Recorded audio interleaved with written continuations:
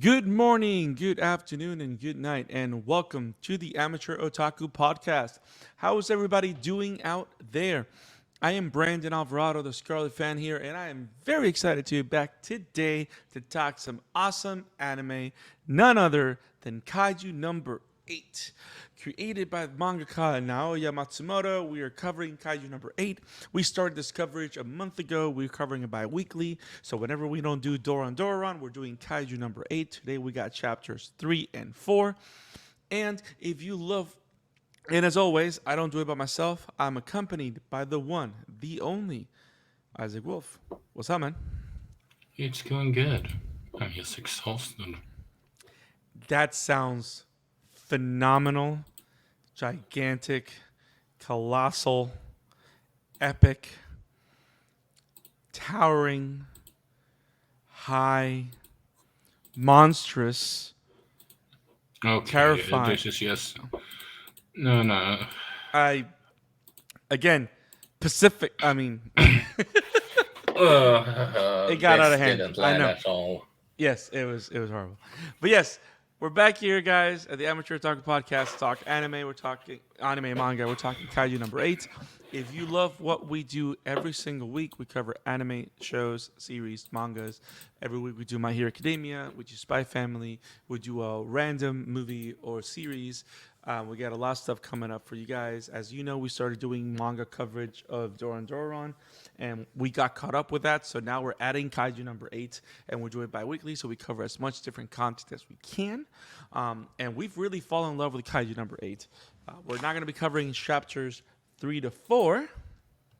And if you do not want to miss any single chapter of our every single episode of our Kaiju Number 8 coverage, make sure you hit that subscribe button, click on that like button, share with your friends, and click on the bell for notifications so you do not miss any of our coverage of Kaiju Number 8. As you know, our manga coverage overall is YouTube exclusive. We saved the podcast channel for long series form discussions on movies and series. But if you don't want to miss any of our manga coverage, make sure you click on that like and subscribe to our YouTube channel. But Isaac, Kaiju Number 8 is awesome. We discovered, we know that our main character Kafka Hibino, our 32-year-old wreck of a man. Wreck is an understatement. Yes, is now become a kaiju, but it's kind of like a werewolf in London kind of situation where he becomes a kaiju and can kind of turn back into his human form. He makes a decision with it's Reno, right? The other main character. The young key was Reno. Was the name? Was it Reno? Yes. So they make the final decision to go forward with those exams to get into the Defense Force, which is the Japanese unit that takes care of all the kaijus that randomly appear in the city. Why is it that all these places of Tokyo have a problem? If it's not a demon, Tokyo. it's okay. That's a good reason. There's always something. And it's always Tokyo or Japan or I mean, of course, everything takes place in Japan. But yeah. But yeah, it's awesome. Kaiju Number 8's been great. So let's go ahead and jump into the next 3 chapters, which the first thing I want to say is that I love how much emphasis in anime comedy these 3 chapters have shown. Because they turn up the comedy factor to 11. And I'm here for it. I'm loving every minute of it. Did you notice the shift? Like, now that Reno and Kafka have come close with the experiences of the kaiju disposal and also with the experiences of the last kaiju attack and the transformation of Kafka into a kaiju, I like their dynamic. It's very like, even though we know for a fact that Kafka kind of want to make him proud, he wants to be a good role model for him. I like that their humor is more of a like a mature younger brother and immature older brother relationship. Does that make sense? Kind of. And I'm here for it. I'm enjoying it a lot. It reminds me of, I don't know if you saw the Pixar movie Up Onward. Onward. Yeah, that's the one with the two troll kids that their I have father. not. So the whole premise is that apparently their father passed away, and they find a way to bring him back, but they only bring half of his body back, like only his legs. And it's like kind of like the younger is kind of like the more person that's his life together. And then the older one is free spirited, but you know what I mean. It's voiced by Chris Pratt, so I don't know. But yeah, I like the fact that we spoke about how even though there's a big age difference between the two main characters, there's still that funny way of them interacting. And I love the fact that they're going full on anime comedy on this, like very Nishijo also. Like this moment right here where apparently Kafka is supposed to be hiding his kaiju form, and when Reno finds out that he's just chilling in public, I mean in an isolated area, he just freaking drop kicks him. Like when you saw this, what was your reaction? I was bursting out laughing. Yeah, it was awesome.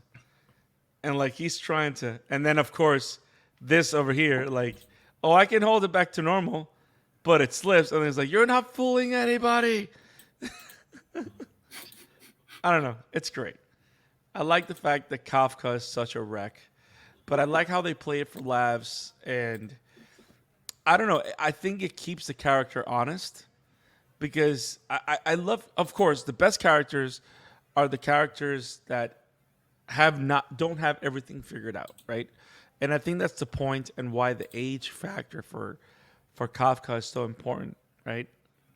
And I think that's why you and I find it very appealing because I don't know. And it's also refreshing to see a shonen jump protagonist being 30, not 18, honestly. Right. Because it also shows the whole thing about it's never too late to pursue what you want, right? It has that feel. So they find out that they passed the first test for the Defense Force. And one of the things that I loved about the whole thing is the fact that Reno is like so worried, like, okay, we did the first thing, it's awesome. And then Kafka goes, oh no, that's fine. I always pass the first part. And you're like, what are you talking about? It's the second part that he always fails. But I do like the camaraderie, the idea that they're kind of like rivals. And by the way, can we talk about how awesome it is to finally have a shonen a shonen book, right? Where the two main characters are rival, but they don't treat each other like shit. They treat themselves more like brothers/friends than Right. anything. Because think about it, the bigger ones that we know right now that have rivalry as one of the main themes of it, like Bakugo and Deku hate each other. Like Naruto and I wouldn't say that Baku and Deku hate each other. no, but you know what I mean. Like they're just like polar opposites. Like we know they're like the bestest friends, but it's like, for example, Bakugo will never admit it. You know what I mean? And Bakugo more than anything sees Deku as his rival, where Deku just wants to be the best that he can be. Like Deku doesn't necessarily see him as rival. Does that make sense? Because Bakugo kind of does have that competitive spirit, but it's very antagonistic, even though it's not evil. Does that make sense? Yeah. And then you have, of course, Gary and Ash, classic. When Gary's just a douchebag. And then you have Naruto and Sasuke, which, of course, we have to talk about Naruto and Sasuke, where it took, I don't know, a war and for them to lose arms, for them to finally be in normal points to each other. And Sasuke kind of still disses Naruto from time to time. So I don't know. I find that refreshing because I kind of like that type of camaraderie. Camaraderie. I don't know. I don't know words. I don't know how to speak, but I like that. I like that a lot from this, and it's awesome. But again, the comedy, their relationship is just great. Um, it's just awesome. Um, now, Isaac, you be the person. You do it. Who do we meet in this chapter? A little fucking brat. That's who we meet. We meet Asuka Kushki, Asuka Langley Suryu, the driver of Ava number 3 and Neon Genesis. Oh wait, that's not the one. I I wouldn't be didn't think, surprised if she is based on her because, bro. I'm not gonna lie. dear lord, I can't stand that character. I mean, it's funny that you say that, and I'm glad that you're not the only one that you acknowledge that because I read the chapter twice now, right? Because I read it once a while back, and now to refresh my memory of it for this discussion. And I gotta say, bro, I just couldn't get out of my head how much she reminds me of Asuka. Like that kind of like immature arrogance, but also arrogance accompanied by this raw talent. Because that's the whole thing. You can tell that she has raw talent. She's equipped, right? The whole thing with the suit, which by the way was hilarious, especially when Kafka goes, "What are you doing?" Because he's thinking that she's like undressing herself. But then you get the big Power Rangers reveal where she just, you know, shows off this suit, which I like. It's one of the things that we've never seen before. Like we have seen before the whole what's the word I'm looking for? We've seen before the defense force, like we've seen Mina with the tiger and all the officers. We've seen the people that neutralize kaiju's in these suits, but we've never seen what these suits do, and we kind of get a glimpse with what was her name? I forgot her name. With Mina? Kikoru Shinomiya, Okay. we kind of get a glimpse that the suit amplifies your strength. And that shot of her holding the damn car, it is just so cool. I mean, it makes me think like this is like one of those alien series. Like she's supposed to be like, I don't know, an elfin lead or something. You know what I mean? Like this is just like a great shot, and I like the fact that those suits kind of like remind you of the Neon Genesis suits, right? Like like it's a complete bodysuit, and it's like it tightens to your body and like compresses. It reminds me a lot of the Neon Genesis Evangelion suits, which is cool. I don't know. I see like a nice throwback. Now, why don't you like this character? Because he's annoying. Because if that's the reason, I agree. Because she's annoying little brat. Yeah. Spoiled brat. I know. Yes, I know something else later in the manga that people might argue against it, but I'm still feeling that she's a spoiled brat. Yeah. I like the fact that she's making fun of Kafka left and right. I love that. I just adore that because I like how they use his age as a theme. You know what I mean?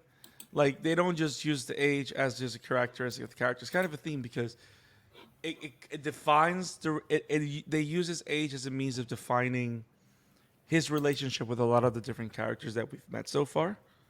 You know, um, I don't know, and I love the fact that is to her mission is to make him look bad. And of course, he's an idiot because now he's just lifting. We're in chapter 4, guys. He's lifting cars and like, and you're like, he must have a suit too. And then of course Reno goes like, "You didn't waste your time, bro." Isn't this like a very Mob Psycho moment when Kind of. when Reno is like looking at him like, let me put it in the screen. That is just so funny. Actually, forget Mob Psycho. It's a very Yelena moment. You know that weird meme with Yelena looking at Armin? I can't recall what meme you're Yeah, talking about. it became like Oh, she yeah, has right. the That one one. with the weird look. Can we find it? Can we just compare it? Like it's just.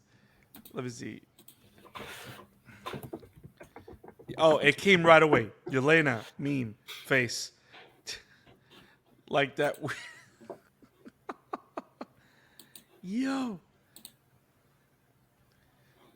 like Reno is like rocking the Yelena right now. Like I it's wouldn't say just it was that weird, but yeah. well, it's weird enough. Like look at Yelena's face. Like I don't know if it's disgust or that is just so weird.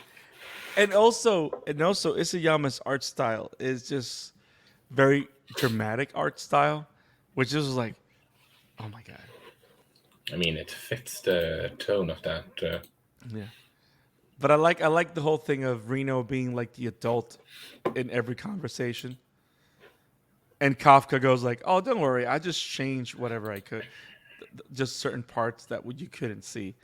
And it's like, of course, always looking for a way out. Now, did you have a favorite part of chapter 4? Chapter 4.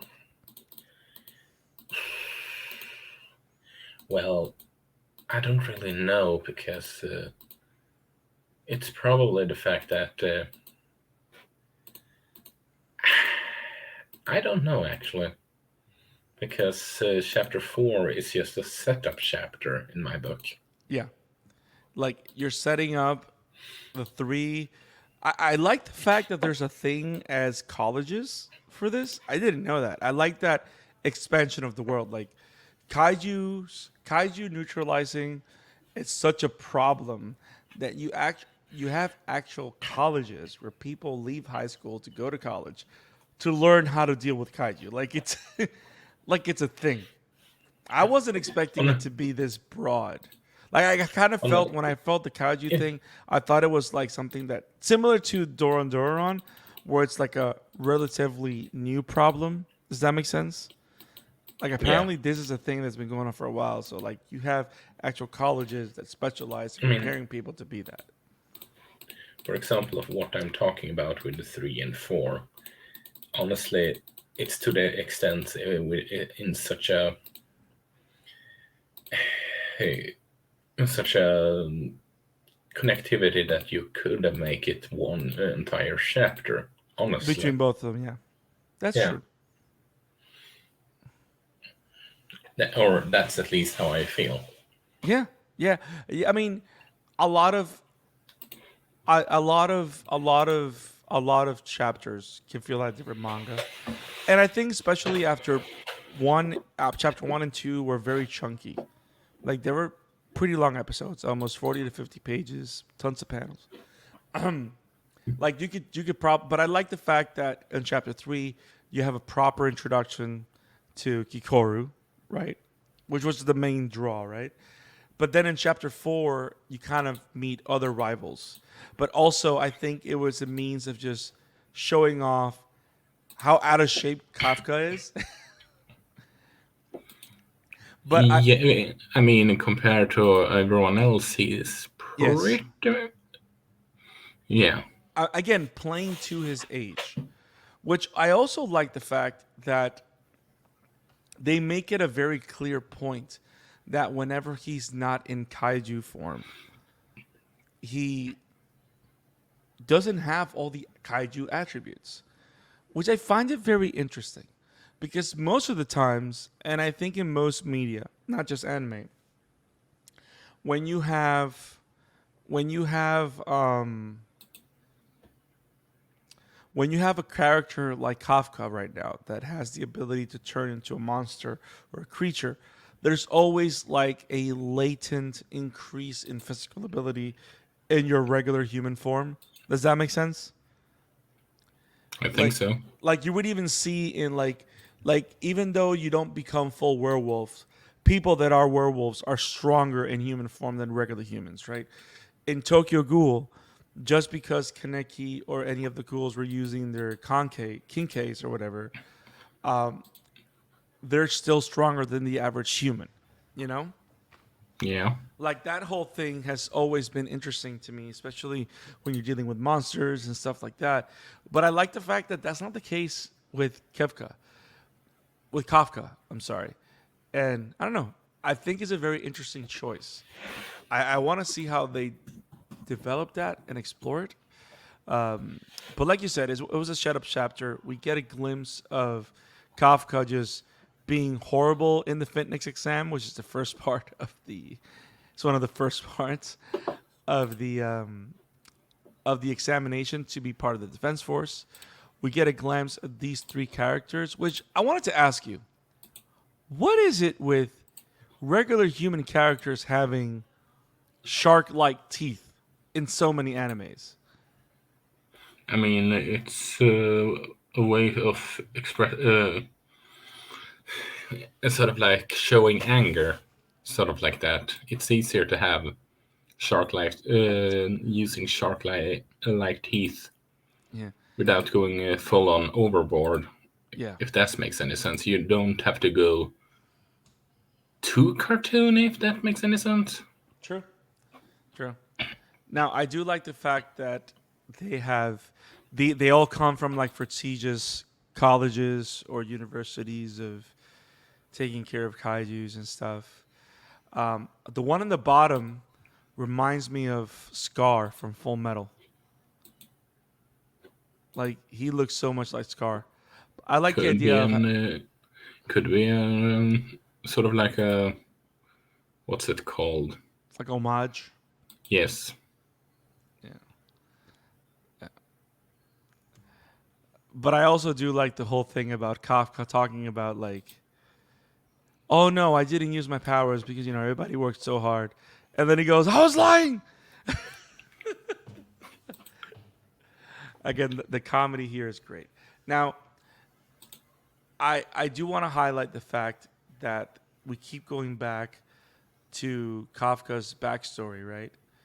And his connection to this famous captain, Mina. And I like the fact that she's keeping an eye of examinations, and she can tell whenever she sees Kafka in the mix, so she's attentive, she's paying attention. So she's surprised that he's still trying, which I don't know. I would assume that they're kind of planting like it's gonna be like a love subplot at some point, maybe. Because you don't have characters like this that are just friends for being friends. You know, like there is like a deep connection there. I would assume that they will revisit at some point. But I like that it's in the background. Like the main importance here is not that Mina relationship, but like how that's something for the future as they continue developing Kafka's story. Does that make sense? Yeah, I believe so. So it's nice and light, but cool. Now, of course, chapter 4 ends with a big surprise, and They is it need to fight a beast in their training, which honestly I'm not that. I don't see how they are that surprised because they're training to defeat monsters. Honestly, well, here's the thing. I'm surprised because remember they're not training. This is the test to get in the force, so they're not even in yet. I mean, honestly, in this kind of world, you need the best of the best of the best. So True, true. But I it's like understandable. but of course, then you have the nice. You have the two final images, right? Which is the image of the kaiju Like right there, Yeah, the kaiju have to neutralize, and then right underneath it, you have Reno and Kafka freaking out, but Asuka, we are she's like, definitely gonna call her that at this point, aren't we? yes, she is Kaiju number eight's Kafka, Asuka, and I don't know, she's just Asuka, she's just older, but yeah, she has to be based on Asuka. Her attitude just screams Asuka, and then again, Asuka's one of the biggest female characters in anime history, period, too. So it's like, Ugh, and I can't understand why. There's so many much better female. I'm not saying she's the only one, Isaac. I'm just saying Yeah. she's one of the And I'm just biggies. saying that she's a horrible written character, so there should be. I don't understand how she's one of the biggest, Well, because Neon Genesis Evangelion is one of the best shows ever and made. that it's one of the worst piece of shit they ever made. So Asuka, I mean Kikoro Shinomiya, is fully ready to kill some kaiju, and Reno and Kafka have no idea what they're doing. And I don't know. I can't wait to see more of their adventures and them fighting kaijus and finding ways into their dream of joining that defense force. So that's super cool. Um, I don't know, man. These last two chapters were great. They were simple. They were short. But I like how the story's moving. I want to see more of that struggling of. I like the fact. I do want to say this. I do like the fact that the whole him being a kaiju and not being a kaiju, like I like the fact that it's not like a curse kind of thing. You know how in most metamorphosis stories or stories like this, like that the main character changes forms or whatever, and we're not talking, of course, of Goku going Super Saiyan. Like this is more similar to Goku becoming the ape at a full moon more than anything, right? Yeah, I like the fact that there's no animosity. You know how the whole thing with werewolves is that as they go into the monster state, they lose control. I like that they decided to not go into that here, or at least that we've seen. So I like the fact that it's just cut and dry. It's just something that happened to him. And they're just using it as a MacGuffin to move the story and not like the center of the story because it keeps it lighthearted and it keeps it fun. And I do like it being fun. Of course, there's blood and people die and whatever, but I like the fact how they're keeping it fun and interesting. Would you rather see more animosity and stuff like this, or do you like what they're doing so far? and liking what they're doing so far, or otherwise I wouldn't be up to speed with the manga. Fair enough. Anything else in chapters 3 and 4? No, not that I can think of. Nice. Guys, that's it, guys. We have talked chapters 3 and 4 of Kaiju number 8. I hope you guys enjoyed our coverage of it. And if you want to keep listening to more or anime coverage and manga coverage, make sure to subscribe to our YouTube channel.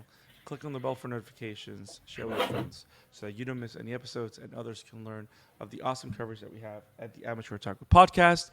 If you rather listen to us in audio format, go to Spotify, Google Podcasts, Apple Podcasts, wherever podcasts are found, because there you can find the Amateur Otaku. Now, Isaac, people will try to find you. Where can they find you? Well, they can find my work over at Boba Entertainment, and you can find me on Twitter at Emblemaniac. Awesome. Awesome. And you can find me at the Scarlet Fan 52 on Twitter, at the Scarlet Fan 52 on Instagram, and at the Scarlet Fan 52 on TikTok, even though I have no idea what I'm doing there. And you can find us at Amateur Otaku Pod. We will see you next time, guys. Have it awesome. Peace. Peace.